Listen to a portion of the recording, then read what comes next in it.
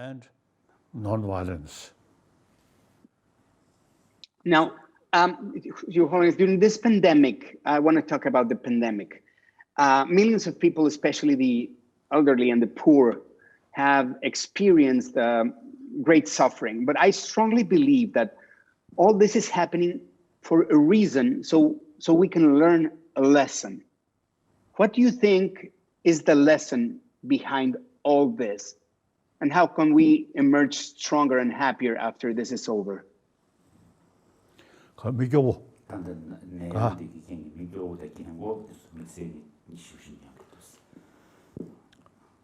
This present also kasa, name kasa. Pandemic. This illness, very sad.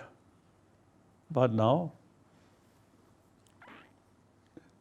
the doctors and some scientists, they pay much attention.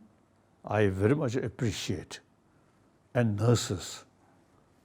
So these, the present illness, you see, you have to treat that through scientific way, through medical way. But what's the lesson behind all this? What's the lesson behind all this? The pandemic.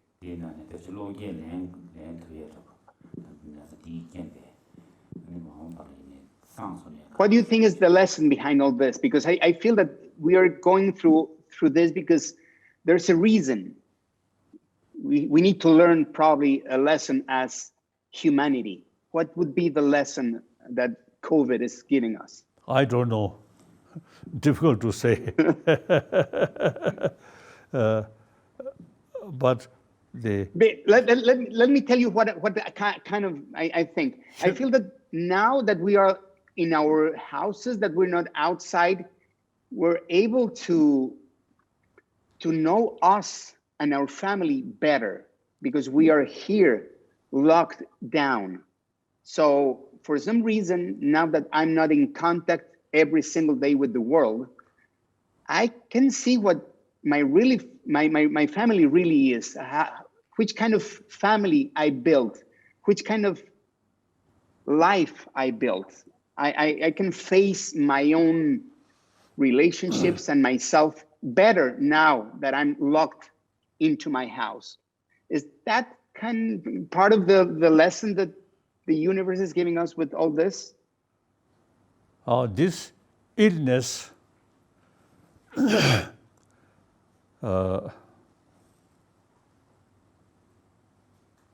you know, the human life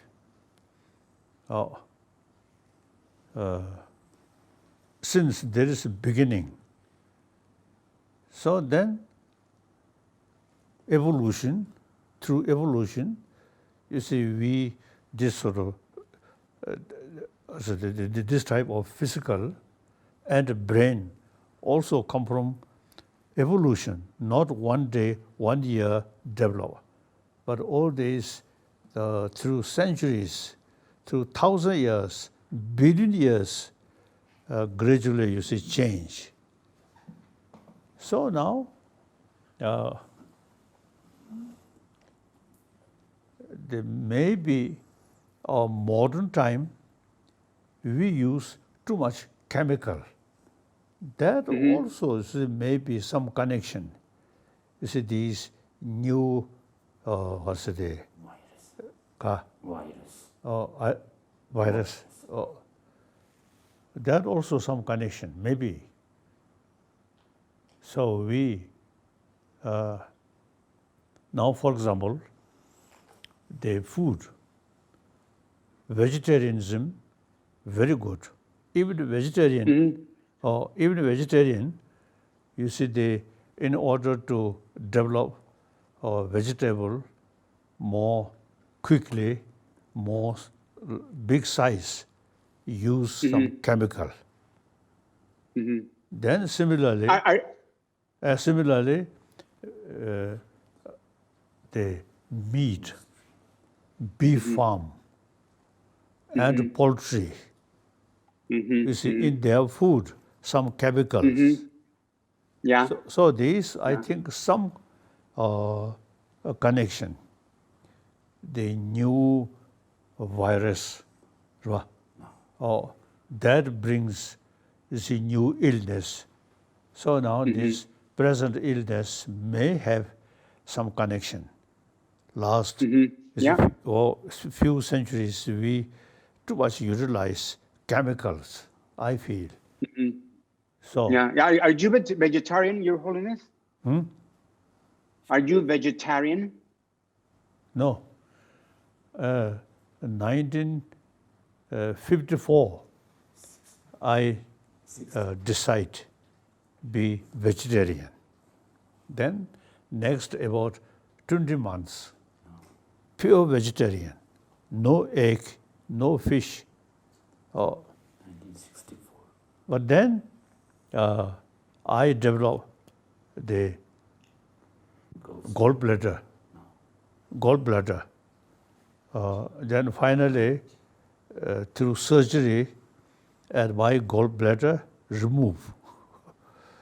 At that time, the allopathic sort of physician, Tibetan physician, both, you see, have the view I should now better to return the original style. Diet. So Tibetan, most of Tibetan and cold climate, not non-vegetarian. So like that, but in India, hot climate, add a lot of vegetable, fruit. So I suggested to a big monastic institution, about 10,000 monk students. Their common kitchen, vegetarian. No non-vegetarian food. So similarly, some education, some college, some university also, you see, doing that. So, and here my own, also the entourage here, usually serving vegetarian food, like that. Okay. Okay. Now that we're talking about you, I'm going to make you a question, a very, very strange question, but I'm really interested and curious about it. You are a human being full of love. The Dalai Lama is a symbol of love around the world. I think of Dalai Lama and I think of love. However, you're not allowed to fall in love. Have you ever fallen in love? Or aren't you curious about it? Have you felt curiosity about experiencing the act of love? And I'm not talking about carnal desires. I'm talking about the feeling of enlightenment in your soul. You see, in the meaning of love, some very much mixed with attachment, such as sexual love, very much mixed with attachment. Then the best love is loving kindness towards your enemy. Enemy consider best teacher of your practice of loving kindness. So these are true unbiased sort of loving kindness. So usually you see people, you have some anger or uncomfortable. Then towards that person, you especially try to develop loving kindness towards that person. Then gradually, you see, you develop genuine the altruistic attitude. Now that is without attachment. That's genuine kindness, genuine altruism. Now, for example, some of Chinese officials in Tibet, you see, ruthlessly suppressing.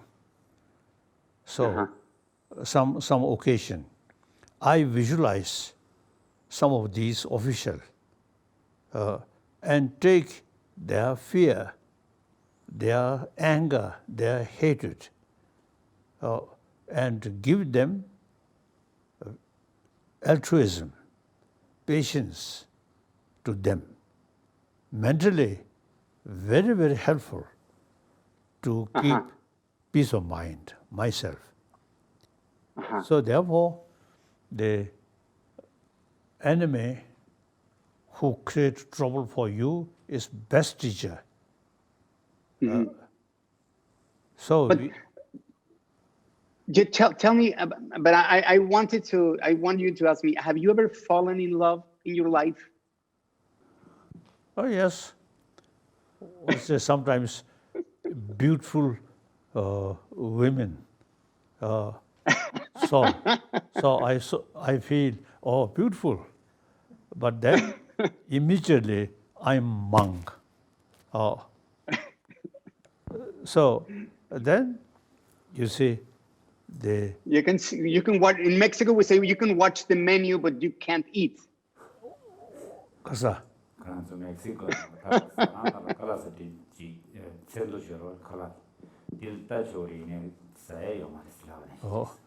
So and the beautiful women. You see, sometimes I sort of mention when I met some Western monk, a nun. So, you see, through sexual love, then gradually produce children. Before children, a kind of worry, I want child. Then you see, one child, two children, three children, too much. Exactly. So always you see problem. So I know. And then produce more children.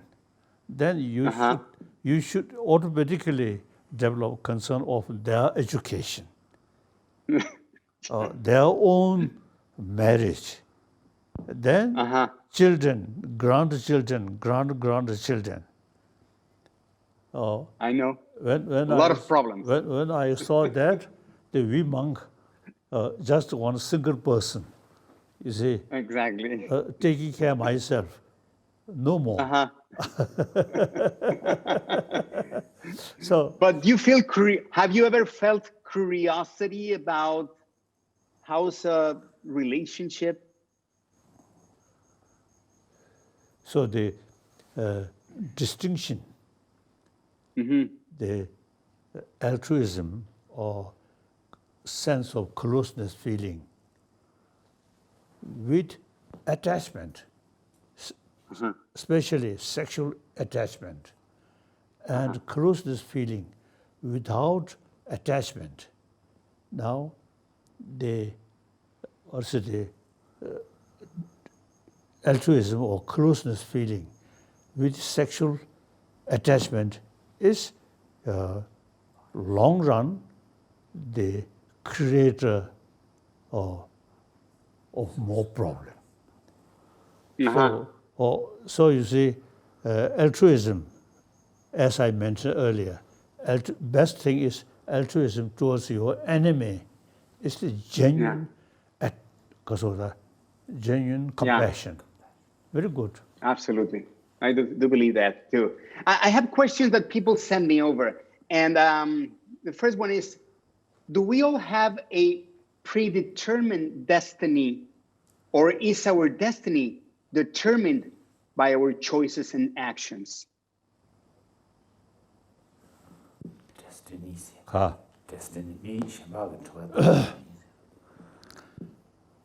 Now, as a, You want me?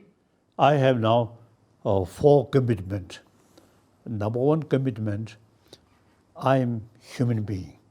I am one of the 7 billion human beings. On that level, my commitment is try to share other people. We need altruism. Since we are social animal, that's my number 1 commitment. Number 2 commitment, I am Buddhist monk. Promotion of religious harmony. All major world religious tradition, you see, despite, in spite of different philosophy, different sort of culture, all carry same message of love, compassion, forgiveness, tolerance. All major religious tradition, whether the theistic religion or non-theistic religion, in spite of different philosophy, all carry same message of love. So, but I want to ask you again this question. I think you didn't get it 100%.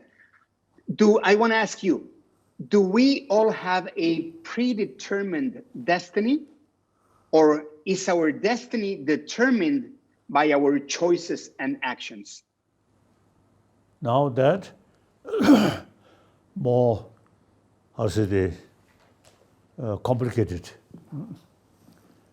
Yeah, I mean, do we have a destiny that destiny says that you need to die and crash in an accident, whatever, or it's because you choose a certain lifestyle that leads you towards that destiny? You know what I mean? According now, theistic religion, our life created by God. So there is some kind of predestination, right? No, predestination. According to, God's wish. Then non-theistic religion, such as Jainism, Buddhism, no creator. But then we, according now Indian, since there is no creator, God as a creator, so our life limitless, beginningless. So according Hindu sort of belief, Atma, beside this body, there is subtle I, self, that no beginning. Billions of years, that goes like that. So now, with that, you see the concept of karma. Each life, on each life, your action creates certain karmic, also the imprint. So that affects the next life. So this is more complicated, like that. Okay. So basically, we have no certain particular designation, right? Destination. No. Destiny. So everything depends on ourselves. Okay. Even at the beginning of our life, you see the family life difficult, but gradually your own hard work and creates more friends. And then eventually, you see your whole family become much better, wealthier, Not like that. So these we call karma means action. Everything, you see, depends on your own action. Suppose Okay. for that education, consider very important for carry positive, constructive action. Now, so far, as I already mentioned, the education only materialistic oriented. That is not sufficient. Now, education should include education about our inner world, our mind. Then your materialistic sort of education also now become more constructive, like that. Now, today's world, a lot of problem is actually human beings, our own creation. Yet, no human being want problem. Yet, there's a lot of problem, our own creation. So now that lack of knowledge and you see destructive emotion become much sort of influential, like that. So now education, not talking about next life or heaven or these things. Simply, you see, in order to develop more peaceful, more, more peaceful, happy life, for that altruistic education, very important, like that. Okay. Your Holiness, we're running out of time, so could you please say a prayer for all the healthcare professionals, the sick, the poor, and the elderly people who are suffering so much during the pandemic? Yes, every morning I at least 10-15 minutes, especially, you see, meditate or pray. You see, at present, you see this illness. But prayer, the effect from prayer, I think, limited. More important is our action. So as I mentioned earlier, you see, those concerned people who are taking care about our physical world, illness, now this illness, I very much appreciate. I just wish, you see, their work continuously and successful. Awesome. Thank you very much, Your Holiness. Thanks for talking with me, talking with all my audience. Thank you very, very much.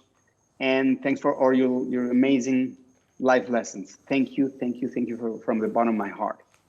Thank you. It was a pleasure meeting you. Okay. Awesome. Now some questions? Thank you. Can I ask you one more question at least? I have one more question from the people, and it's, I find, pretty special. How can true forgiveness be granted? How can true forgiveness be granted? Ultimately, if you really concern more about your own peace of mind, or your own happiness, which related with peace of mind, forgiveness is the best way, you see, to keep peace of mind. Constant anger and want to retaliate. Then even I think daily life, too much anger, I think you sleep, some disturbances. Without anger, peace of mind, sound sleep. Awesome. Thank you very, very much, Your Holiness. Thank you. Thank you. It was a pleasure being with you. Thank you. Thank you. Then I didn't sort of mention number one commitment as a human being, number one commitment as a Buddhist monk, number three commitment regarding Tibet. I'm Tibetan. Tibetan people trust me. But political matter, I already retired. Now, political system, we practice democratic system. Sincerely, fully. So I have no political responsibility. Then, regarding Tibet, I very much concerned about environment about Tibet. Tibet, usually you see people call roof of the world. So they,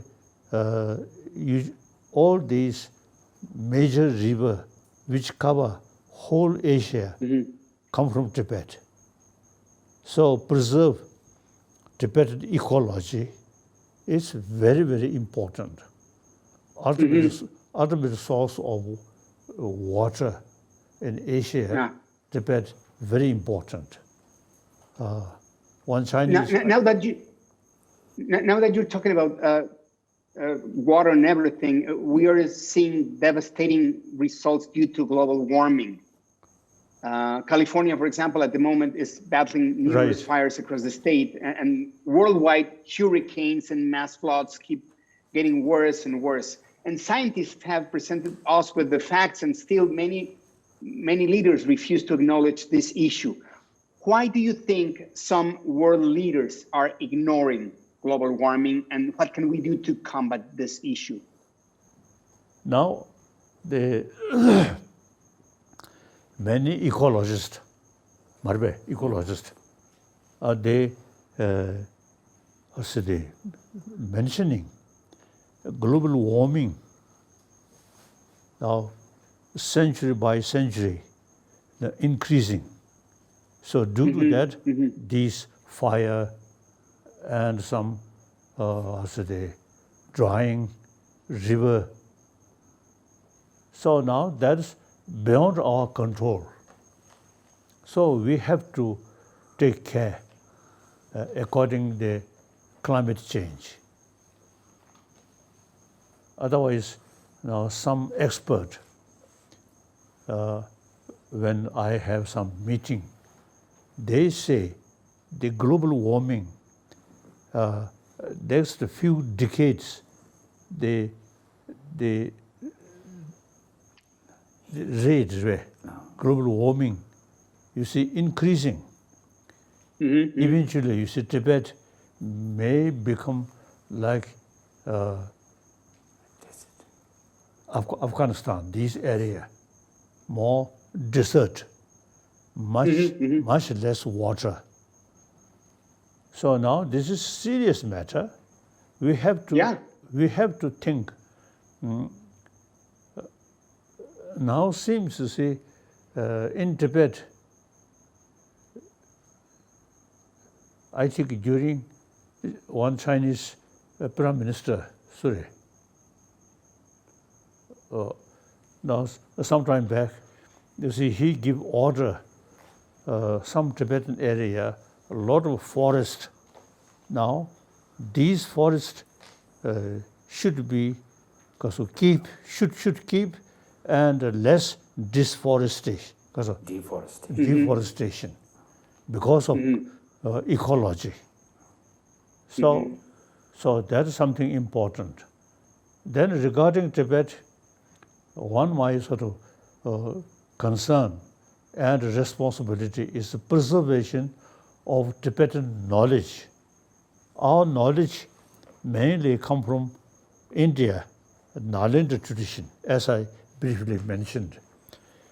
The Nalanda tradition, as I mentioned earlier, very scientific way of thinking.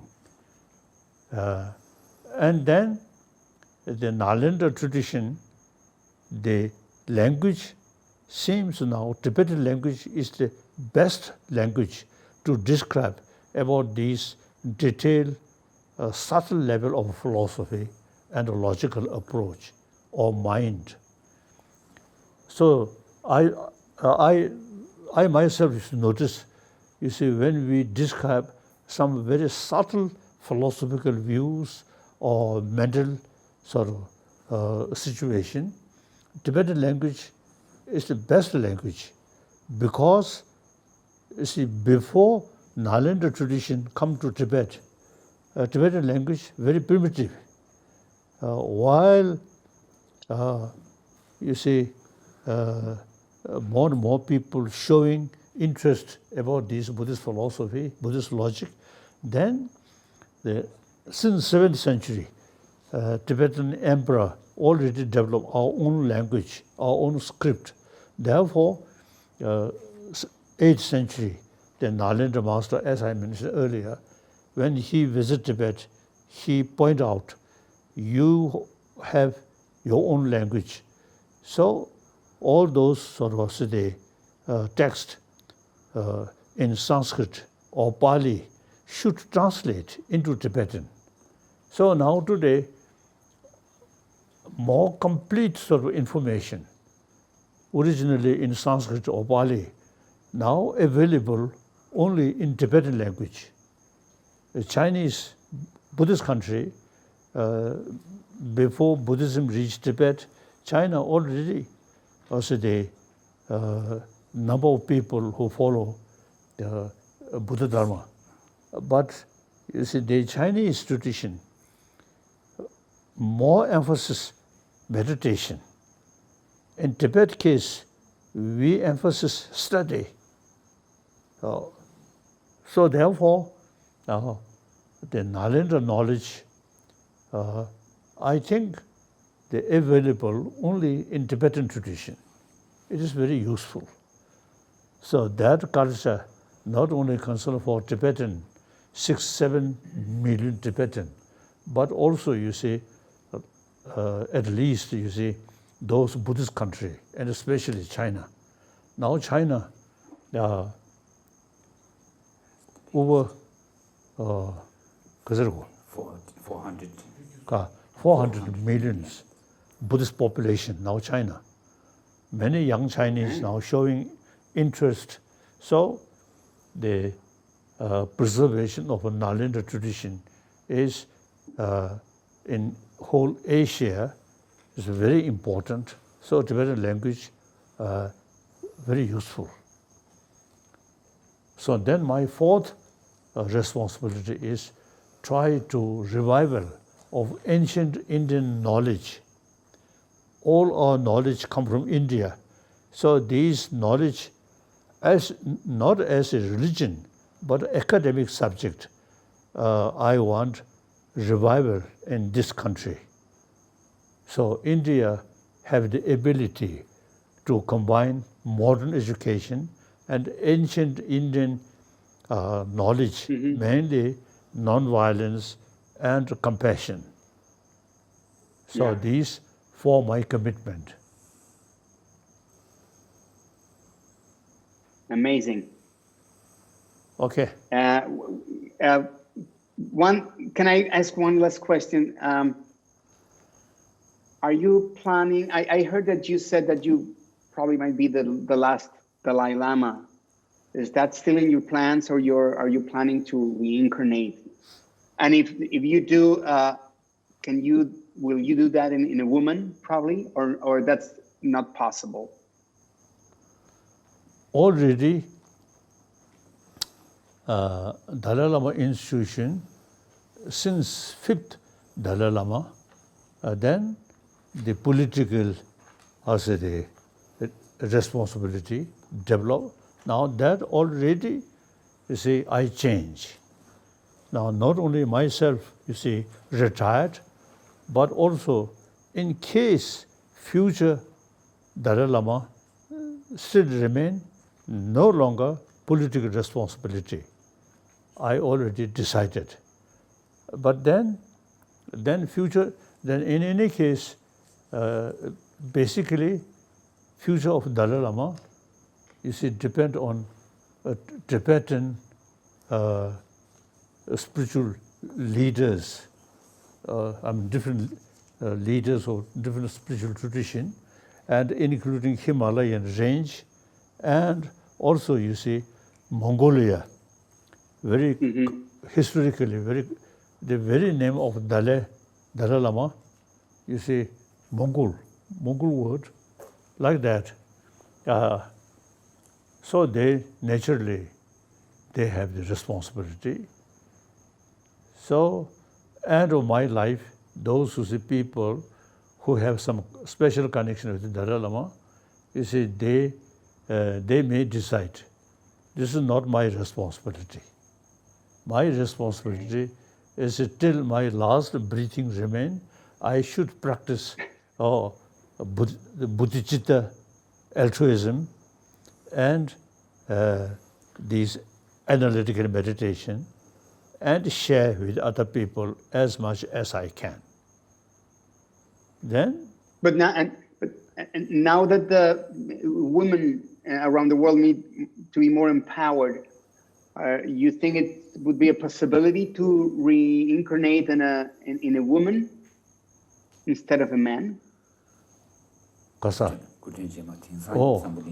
That I think many years ago, in France, one French magazine about women, see that correspondent came to see me and asked me, the future Dalai Lama can be women? Then I told, in case Dalai Lama Institution should continue, then the question whether can be female Dalai Lama. Then I mentioned, sure, if the situation is such, more female Dalai Lama, more helpful, then naturally female. And actually now I have the feeling, you see, most of historic, or say the leaders, warlord, or heroes, most of them male. So now, some occasion, I express the world political leader take by female, maybe less problem. So I really, you see, congratulate the Norway Prime Minister, female. Yeah. Oh. Yeah, they're fantastic. so majority of the different countries' leader eventually take by female, maybe more stable world. Yeah. The countries that are led by women are in a better shape than the other ones. That's a fact. So therefore, yeah, probably. In case Dalai Lama Institute should continue, should preserve, then according to the circumstances, if female Dalai Lama more useful, then sure, female Dalai Lama. Yeah. Thank you very much, Your Holiness. I want to, just before finishing, I would like to remember you went to Mexico years ago. I think it was 2013. I would like to show some slides of your visit to Mexico just to finish the interview. Thank you again very, very much from the bottom of my heart. Thank you. Thank you.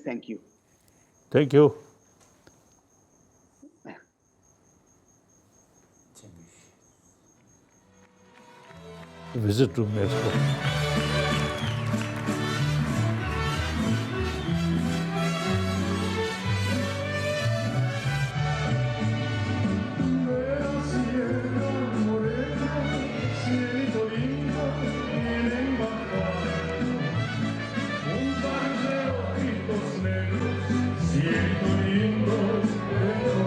이제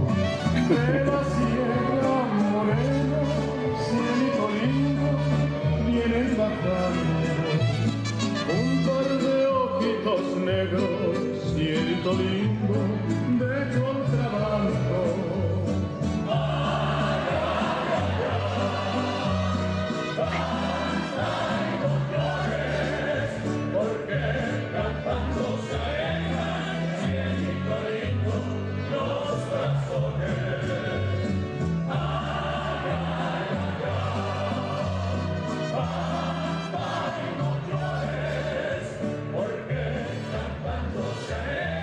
어제 정말 못해.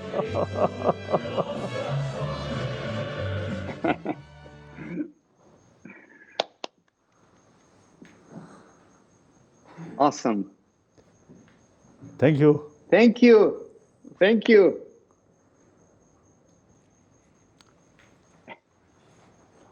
Thank you. Bye bye. Bye. Thank you. Gracias.